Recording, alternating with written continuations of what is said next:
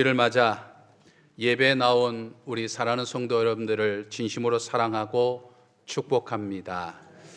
또 주변 분들의 전도를 받아서 오늘 이 자리에 나온 몇 분을 진심으로 환영하고 또 축복합니다. 전능하신 하나님께서 오늘 여러분의 모습을 기억하시고 이번 한 주간 동안 영육간의 강건함으로 인도하여 주실 줄로 믿습니다. 세상의 모든 지식을 다 안다고 하는 천재와 그리고 아무것도 모르는 바보가 있었습니다. 천재는 바보를 놀려주기 위해서 이제 바보에게 한 가지 제안을 했습니다. 바보야, 너가 나한테 문제 하나를 내봐. 그러면 너가 낸 문제를 맞추어 볼 테니까. 근데 만일 너가 낸 문제를 맞추지 못한다고 한다면 내가 너에게 10,000원을 줄게. 천재는 자신은 세상의 모든 지식을 다 안다고 자부했기 때문에 자신 있게 지금 제안을 한 거예요. 그자 바보가 응수합니다. 그럼 너도 내게 문제 하나 내봐.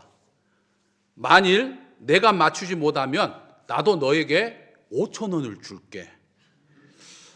천재는 자신에게는 전혀 손해가 될 거 없을 것 같아서 오케이 이제 대답을 했습니다.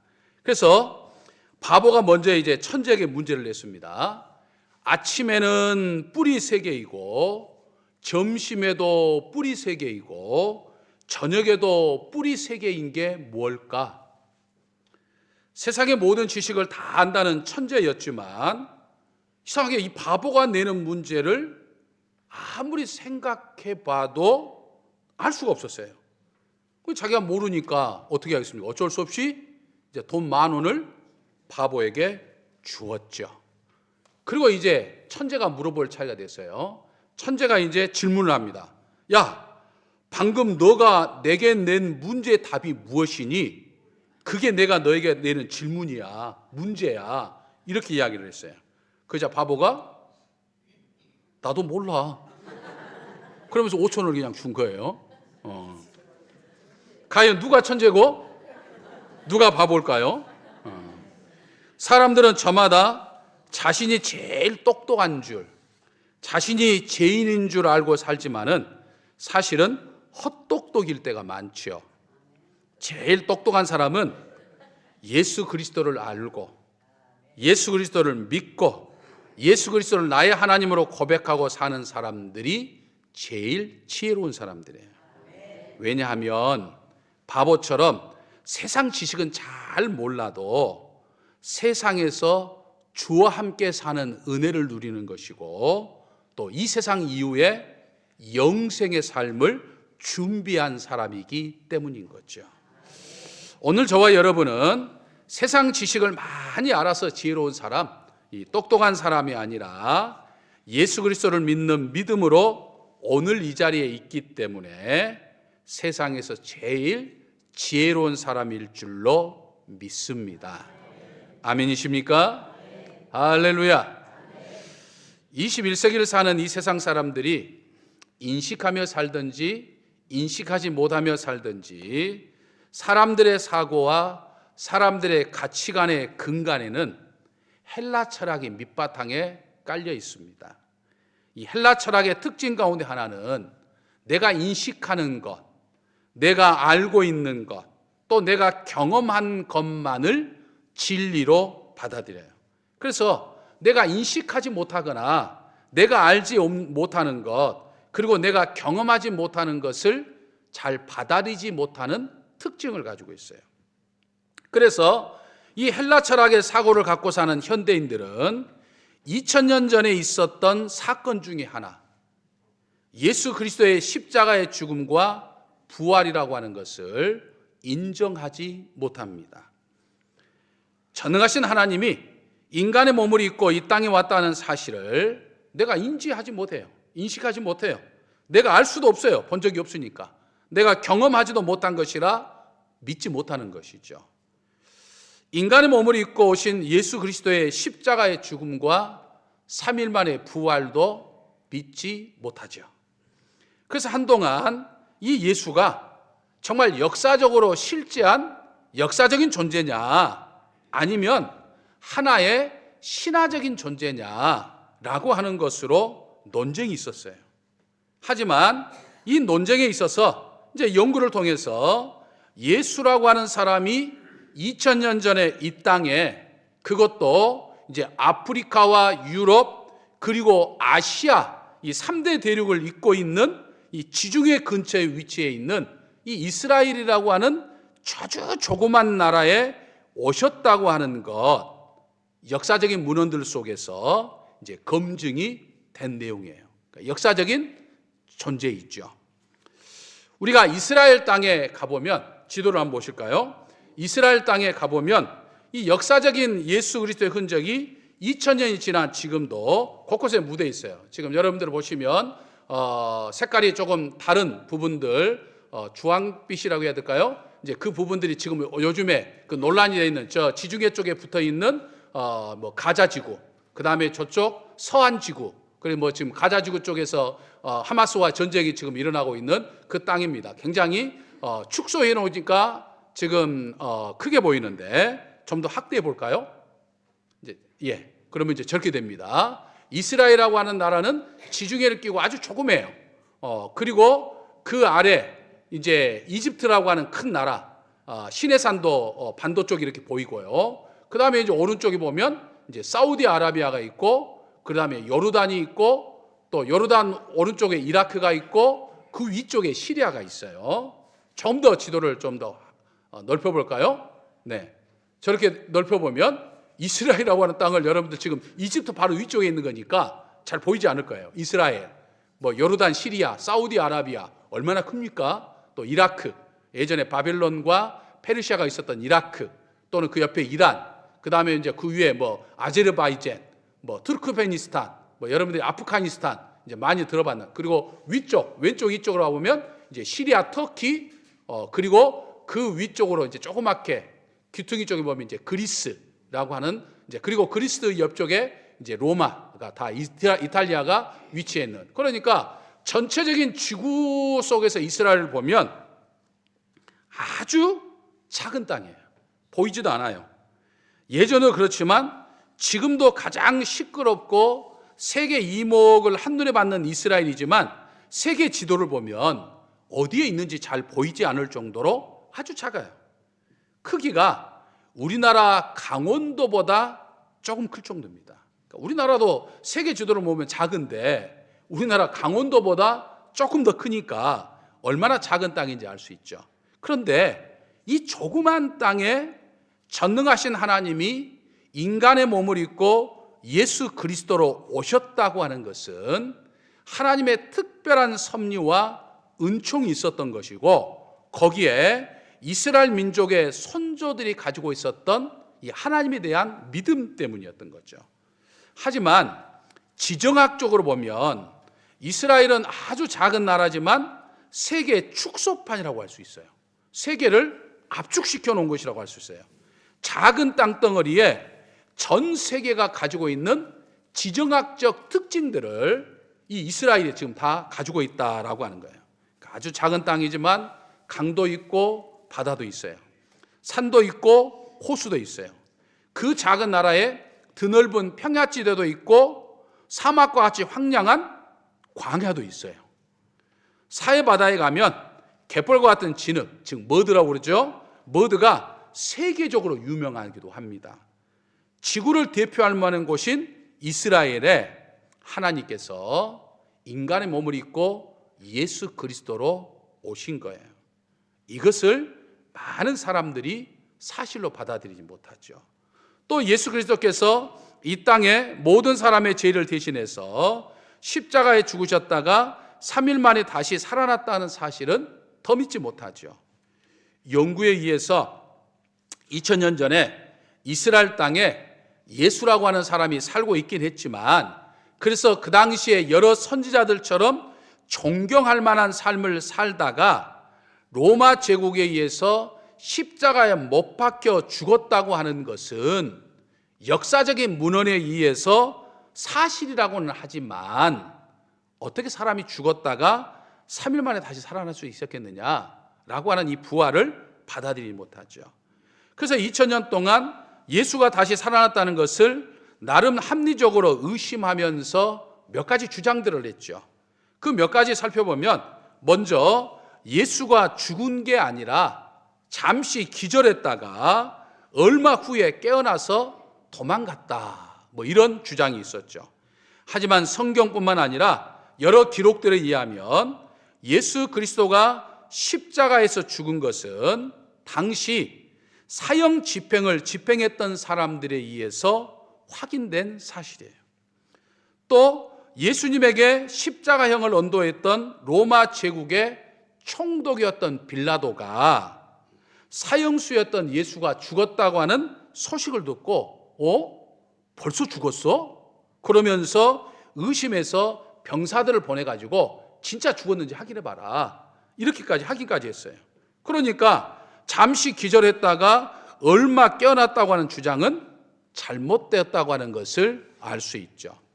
또 다른 주장은 예수님의 제자들이 죽은 예수님의 시신을 몰래 훔쳐간 후에 다른 곳에다가 묻어놓고 예수가 다시 살아났다, 이렇게 거짓말했다는 그런 주장들이 있어요. 하지만 당시의 정황을 보면 예수 그리스도가 로마 군인들에 의해서 십자가형을 받고 골고다 언덕을 향해서 십자가를 지고 갈 때 예수님을 따랐던 수많은 제자들은 무서워서 다 도망을 갔어요. 그리고 예수님을 모른다고 부인하는, 3번이나 부인했던 제자들도 있었어요. 예수 그리스도께서 십자가에 못 박혀 죽기 전에 이미 자신이 십자가에서 죽을 것이라고 하는 것을 예고하셨어요. 그리고 무엇보다도 3일 만에 내가 다시 살아날 것을 이미 제자들에게 말씀하셨어요. 하지만 제자들은 그런 사실을 전혀 믿지 못했던 거죠. 그래서 예수님이 십자가에 못 박혀 죽으시니까 무서워서 문을 꽁꽁 걸어 잠그고 숨게 바빴죠. 그런 그들이 당시 로마 군인들이 지키고 있었던 이 무덤, 또 장정 서너 시도 움직이기도 어려운 큰 돌로 막고 있는 이 동굴 무덤에 찾아가서 시신을 몰래 훔쳐 나왔다고 하는 것은 있을 수 없는 일이라고 하는 것을 알 수 있죠. 예수 그리스도의 부활을 믿지 못하면서 주장하는 또 다른 주장 가운데 하나는 제자들이 죽은 예수님을 너무나도 그리워해서 그리워한 나머지 상상으로 부활했다고 생각했다는 거예요. 하지만 이 또한 생각해보면 잘못된 주장이죠. 물론 사람이 누군가를 사무치게 그리워하면 종종 그 사람의 산상을 보거나 마치 본 것처럼 착각할 수도 없지 않아 있어요. 하지만 그처럼 환상을 통해서만 보았던 거짓된 부활이라고 한다면 지난 2000년 동안 진즉의 기독교는 무너졌을 거예요. 거짓은 아무리 그것이 진짜 같아도 시간이 지나면 그 거짓의 실체가 드러날 수밖에 없어요. 신천지가 제 아무리 진짜같이 이야기를 해도 그 모습들을 보면서 얼마나 그것들이 허망한 거짓이라고 하는 것들을 주변에서 우리는 보게 되는 거예요. 하나님께서 인간의 몸을 입고 예수 그리스도로 이 땅에 오신 것은 전적으로 하나님의 뜻이요 섭리예요. 그것은 죄로 인해서 우리가 죽을 수밖에 없는, 그러니까 지옥불에 들어갈 수밖에 없는 우리 인간을 구원하기 위한 하나님의 희생이었다라고 하는 거죠. 그래서 2000년 전 많은 사람이 이 땅에 인간의 몸을 입고 오신 예수 그리스도를 만났죠. 그리고 예수 그리스도의 죽음을 목격하면서 예수 그리스도가 오셨고 죽으셨고 부활하신다고 하는 그 사실을 알지 못해서 제자들도 슬퍼했고 제자들도 절망에 사로잡혀 있었고 두려워서 문을 꽁꽁 자고 숨기고 있었던 거죠. 그런 사람들에게 부활하신 예수님이 나타나셔서 보여주셨어요. 이제 부활하신 예수 그리스도를 만난 사람들은 이제는 두려워하지 않고 죽음까지 불사하면서 예수 그리스도를 증거하여서 오늘날의 기독교가 되었죠. 2024년 현재 예수 그리스도를 믿는 사람들이 전 세계 몇 명이나 될까요? 전 세계 인구 80여 명 중에 26억 3천만 명이 예수님을 믿는 사람들이에요. 전 세계 인구의 약 33% 정도 됩니다. 그리고 이제 이슬람이 한 19억 명 정도예요. 그리고 힌두교가 약 한 11억 명 정도. 그리고 불교가 약 5억 명 정도예요. 근데 여러분, 기독교와 이슬람과 유대교가 지금 서로 다투지만 그 뿌리가 같아서 한 하나님을 믿고 있고, 이스라엘하고 하는 조그만 땅에서 기독교와 이슬람과 유대교가 세계 3대 정교가 태동하게 된 거예요. 저 조그만 땅에서. 참으로 놀라운 섭리가 아닐 수 없죠. 매년 전 세계에 있는 수많은 기독교인들이 이스라엘 땅에서 예수 그리스도를 더욱더 가깝게 만나고자 이제 이스라엘 땅을 방문합니다. 지금은 이제 하마스와 이스라엘, 또 이스라엘과 이란 등을 비롯해서 이제 아랍 국가 등의 전쟁 등 잦은 교전으로 이스라엘을 우리가 하지 못해요. 이스라엘은 지금 지중해에 끼고 있고 아래 위 옆으로 전부 다 아랍권에 의해서 휩싸여 있어요. 딱 둘러싸여 있어요. 어찌 보면 마치 포로 이렇게 딱 포위된 그런 형국이에요. 그런데 지금 이스라엘 땅에 전쟁 때문에 가지는 못하지만 이스라엘 땅에는 이 예수 그리스도의 흔적이 아주 곳곳에 남아 있어요. 특히 이스라엘 땅 북쪽에 위치한 이제 갈릴리 호수 근처에 가면 예수 그리스도의 흔적이 곳곳에 남아 있어요. 사진들을 한번, 우리 갈릴리 호수를 한번 사진들을 한번 볼까요? 네, 사진을 한번 좀 보시고 넘겨주시오. 저렇게 지금 이 갈릴리가 있어요. 그래서 저 갈릴리 사진 또 넘겨주세요. 갈릴리 보면 저 갈릴리 호수가 지금 이제 파란색으로 이제 푸른색으로 되어 있고요. 옆에가 이제 도시들이 예수님 당시에 있었던 도시들, 이제 가버나움, 게네사렛, 막달라, 디베라고라는 것이 있고, 이제 건너편이 이제 이방의 땅, 당시로 말하면 이제 요르단으로 해서 지금 이제 시리아인 이제 골란고온, 뭐 거라사, 뭐 엥게부, 뭐 이런 곳을. 그래 예수님이 저 곳곳을 다니시면서 하나님의 말씀을 가르쳤고 수많은 병자들을 고치시고 귀신을 쫓아내곤 하셨어요. 근데 여러분, 사진만으로 보면 사실은 경치 좋은 어느 호수와 다를 바가 없어요. 실제로 가보면 우리가 흔히 볼 수 있는 아름다운 호수의 전경들이 펼쳐져 있어요. 하지만 예수 그리스도의 흔적이 남아있는 이 갈릴리 호수를 방문하는 수많은 순례객들은 저곳에서 예수 그리스도의 숨결을 느끼면서 크나큰 감동을 받고 합니다. 그래서 갈릴리 호수 자체가 예수 그리스도의 생애와 교훈을 증거하는 이 네 복음서, 마태복음, 마가복음, 누가복음, 요한복음과 마찬가지로 예수 그리스도를 증거하는 제5복음서다. 5번째 복음서다. 갈릴리 호수 자체가 예수 그리스도를 증거하는 복음서와 같다. 이렇게 이야기를 합니다. 또 이스라엘 수도인 예루살렘에 가도 예수 그리스도의 흔적이 곳곳에 있습니다. 사진 한번 보실까요? 특히 이제 골고다 언덕 위에, 저기 골고다 언덕이 예수님 당시에 이제 예수님의 십자가가 예수님 위에 또 좌위에 3명의 십자가가 세워졌던 늘 저곳에서 이제 십자가 처형을 했던 곳이에요. 그리고 그 근처에 지금 예수님이 묻혀진 것으로 보이는 무덤이 있어요. 지금은 이제 기념교회를 지어가지고 굉장히 웅장하지만 지금 가운데 있는 부분도 그가 이제 동굴 무덤이었어요. 동굴 무덤 위에다가 저렇게 이제 제단같이 쌓고 그 위에 이제 큰 교회를 지었기 때문에 뭐 예전의 모습은 없지만 이 로마 총독 빌라도에게 십자가형을 받은 예수님께서 이제 십자가의 선고를 받고 이제 안토니아 요새로부터 십자가 처형을 받았던 골고다 언덕까지 약 한 760m 정도 돼요. 1km가 채 되지 않는 지역을 예수님이 그 십자가를 지고 끌고 이제 올라가시는 곳이죠. 그래서 저 골고다 언덕 십자가에서 예수님이 죽으셨고, 아리마대 사람 요셉이 자신의 장례를 위해서 준비해놨던 동굴 무덤, 우리의 무덤과는 좀 차이가 있어요. 이스라엘은 동굴 쪽에 많이 넣는데 동굴 무덤에 예수님의 시신을 거기에 이제 묻었어요.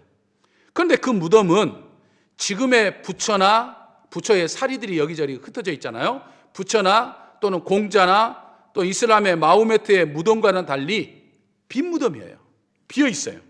왜냐하면 3일 만에 부활하셨기 때문이죠. 예수 그리스도는 십자가에서 죽으심으로 인간의 모든 죄의 문제를 해결하시고 부활하심으로 죽음의 문제까지, 우리 죽음의 문제까지 해결하셨어요. 그래서 예수 그리스도의 부활은 훗날 우리들이 경험할 우리의 부활이요, 나의 부활이에요. 그러니까 예수님을 믿으면 나 역시 부활한다라고 하는 거예요. 새로운 몸을 입고 부활하는 거예요. 결국 본문 말씀처럼 예수 그리스도를 믿는 사람에게는 구원, 즉 먼 훗날 부활을 통해서 우리가 심판받지 않고 영생을, 그러니까 영원한 삶을 살게 된다라고 하는 거예요. 그 사실을 믿기 때문에 오늘도 우리는 믿음의 삶을 사는 것이고, 그 사실을 믿기 때문에 오늘 일요일 아침 일찍부터 교회에 나와서 예배를 드리고 있는 것이죠. 그리고 아직 이 구원의 은총을 받지 못한 사람들에게 부지런히 전도하는 거죠. 먼저 구원의 은총과 영생의 은총을 누리는 사람답게 받은 그 은총을 우리는 나눠주고자 사람들에게 복음을 준 거예요. 우리가 오늘 이렇게 1부 예배를 드립니다만, 우리가 2부 예배 때는 이제 2024년 새생명 축제 행복의 초대를 맞이해서 2부 예배 때는 이제 탤런트이면서도 신앙생활을 아주 신실하게 하고 있고, 또 주의 마음을 갖고 아프리카를 비롯해서 땅끝까지 복음을 전하는 이제 정일의 권사님이 와서 이제 간증을 하게 되는 거죠. 오늘 또 50일 동안 진행되어 온 2024 새생명 축제 행복의 초대는 오늘로서 끝이 나지만, 이제 내일부터는 2025년 2024 새생명 축제가 시작되는 거예요. 그래서 앞으로 우리는 오늘이 지난 내일부터 또 1년 동안 부지런히, 또 우리는 2026년을 위해서도, 또 우리는 저 천국에 가는 그날까지 구원의 은총을 누린 사람답게 부지런히 사람들에게 복음을 전함으로 인해서 하나님이 행복하고, 전도하는 내가 행복하고, 지금은 알지 못하지만 전도받아서 오신 분들이 나중에 예수님을 믿게 되어서 이 길이 진짜 행복이구나 라고 하는 것을 알게 되는 행복의 초대가 되는 거예요. 먼저 구원의 은총, 또 영생의 은총을 받은 사람답게 주의 마음을 갖고 내년 2025년 새생명 축제 행복의 초대까지 부지런히 주의 복음을 전하며 사는 저와 우리 사랑하는 성도 여러분들 되시기를 주님의 이름으로 간절히 축원합니다. 할렐루야. 은총의 내 아버지 하나님, 저희를 사랑하셔서 2024 새생명 축제 행복의 초대를 허락하여 주시니 감사합니다. 저희들이 전도의 열매를 얻지 못하든지 지난 50일 동안 부지런히 주의 마음을 갖고 주의 복음을 전하는 전도의 삶을 살게 하시니 감사합니다. 이제 내일부터 또다시 시작하게 하여 주옵소서. 그래서 우리에게 2025 새생명 축제 행복의 초대가 있다고 하는 사실을 생각하고, 또 1년 동안 각자의 삶의 자리에서 부지런히 복음을 전하는 전도자의 삶을 살게 하여 주시옵소서. 부지런히 복음을 전하여 씨를 뿌리는 나를 통해서 내 아버지 하나님께서 전도의 열매를 맺어 거듭나게 하여 주시옵소서. 우리 주 예수 그리스도의 이름으로 기도하옵나이다. 아멘. 전능하사 천지를 만드신 하나님 아버지,